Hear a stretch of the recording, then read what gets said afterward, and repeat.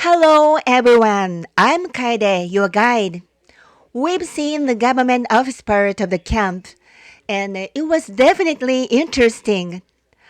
I will continue to guide you through the private residence of the deputies, the grand hall, another courtroom, and the storehouse. Officials dispatched from Edo lived in this mansion with their families. The first room is the zashiki, the room where the deputies entertained guests and gave advice to the local officials. The edge of the tatami mats has a pattern, right? This is the mansion area, and unlike the government office area, it has a more relaxed atmosphere. I wish I could relax here. And here is the entrance for the wife of the deputy.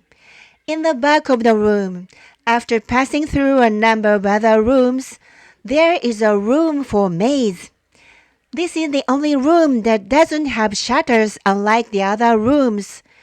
In Japan, there are usually shutters to block the morning sun, but this room has no shutters because the maids are supposed to work from sunrise. And of course, the tatami mats have no edges and are very plain. This is a kitchen. This room consists of the kitchen for the servants and the deputy's family. The status system is again strongly expressed. The cooking stove for the servants' meals is placed in the earthen floor, while the stove for the deputy's meals is built in a room. It must have been hard to keep the fire going with an indoor cooking stove. Other exhibits include kitchen utensils used in those days and items that were found during the restoration process. Now let me tell you a little bit about what people ate in those days. The servant ate rice, miso soup, and the pickles in the morning, white rice, vegetables or fish for lunch, and ochazuke or rice with green tea and pickles for dinner. It seems that their main meal was lunch. It is said that people ate 5 cups of rice a day, probably because they were doing a lot of physical labor and most of their calories came from rice. 5 cups of cooked rice weighs about 1.6 kilograms. Wow, that's a lot! But there was a problem with this unvaried diet. Many people became vitamin deficient and had very disease. That's why many people ate brown rice or barley rice. So what did the deputies eat? For breakfast, it was white rice, soup, sashimi, and vinegared food and boiled vegetables, and grilled fish for lunch and dinner. It sounds so delicious, doesn't it? If they ate such a well-balanced diet, they surely wouldn't have beriberi. That's very good. Now let's talk a bit more about the room. This is the private room that the deputy used for daily life. In the back, there's also a tea room. The entrance to the tea room is small. This is because there is no status system in the world of the tea ceremony, and the spirit of the tea ceremony is that everyone must make a bow when entering. This room doesn't have luxurious structure indeed. The position of deputy can be compared to a middle management position nowadays. It was not so high status in the class system during the Edo period. The salary would be between 6 and 7 million yen in today's value. Next door is a room of the deputy's wife. They must have been sleeping separately. The status of a deputy was not that high, so he was lucky to get married. In the Edo period, the ratio of men to women was 7 to 3, with men outnumbering women by far. and many men died without ever getting married. But I guess it couldn't be helped when the average life expectancy was only about 31 years. This is a room where the deputy used to work. Actually, this building is 3 stories high and it's built like a tower so that he could see the whole town. Nowadays, you can't go up the stairs, but it is said that the deputy let the people go upstairs to look over the townscape and that he took his bribes here. The deputy's private room overlooks a beautiful garden. He must have enjoyed the lovely scenery from here from season to season. There's also a restroom for the deputies, so don't miss it. It's a box-style toilet, and the servant used to take the bottom box and clean it.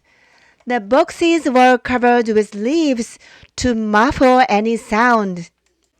Now, after passing through the living room, we will continue to the hall behind the onyakusho and the goyoba that we saw earlier. We are back at the onyakusho. Welcome to the workroom. First, let's see the Great Hall.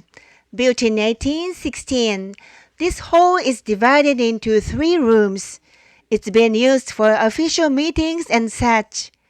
The number of tatami mats is 49. Odd numbers are preferred and used here as well. Look at how the tatami is laid out. These tatami mats are not laid parallel to each other, but in a mixture of parallel and vertical. When tatami was laid parallel, people were often seated by status, but when they are laid out like this, the room's occupants will not divide it by status, which shows the idea that all opinions are welcome. The other side of the hall is the emissary room. This room was used by envoys sent by the shogunate to conduct research. Currently on display is a palanquin that high-ranking people of the time used to ride in. It was carried by 4 to 5 people, and it must not have been very stable or comfortable to ride in. The common people also rode in palanquin to get around in Edo. They were not like the convenient cabs of today. The fare was a steep 10,000 yen from Asakusa to Ginza, which is about 6 kilometers. Tips were added on top of this, and there were also express fares for riders with more urgent business. This is a place where suspects of crimes were interrogated and sentences were handed down. There are torture tools here, but it is said that torturing was not actually done here, and the tools were only here to intimidate people into confessing. The actual torturing was done in a jail located in the town. I understand that they didn't want to torture suspects in a place where the deputy's family lived right behind. They were tortured by being made to sit on a jagged stone and placing 40-kilogram stone on top of them. It's scary. The small basket in the back was used after a sentence was handed down and the condemned were taken to Edo. Nowadays, it takes about 4 hours to get there by train, but back then, it took about 2 weeks. The convicts were only given 1 small handful of rice and a little water per day, so many of them lost their lives on the way. And here's the last building. This is the Onkura. This storehouse used to be located in Takayama Castle and was moved to this location in 1695. It is one of the largest rice storehouses built in the Edo period, still standing in Japan. Its main purpose is to store rice that was received as taxes. Can you guess what the vents and stone blocks at the bottom of the warehouse are? Normally, these small windows were opened for ventilation and to let the humidity out.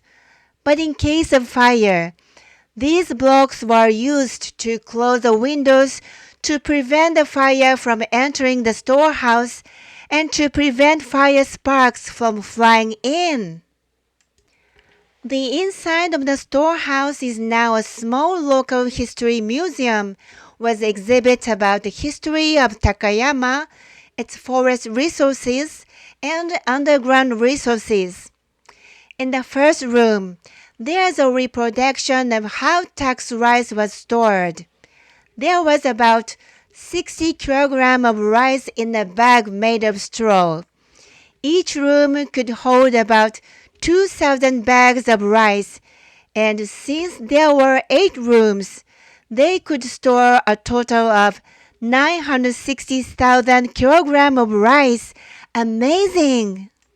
The roof of the storehouse has a special structure. The roof of the storehouse is not made of tiles, but of thin bare wooden boards that are piled on top of each other and fixed with stones. Not a single nail is used.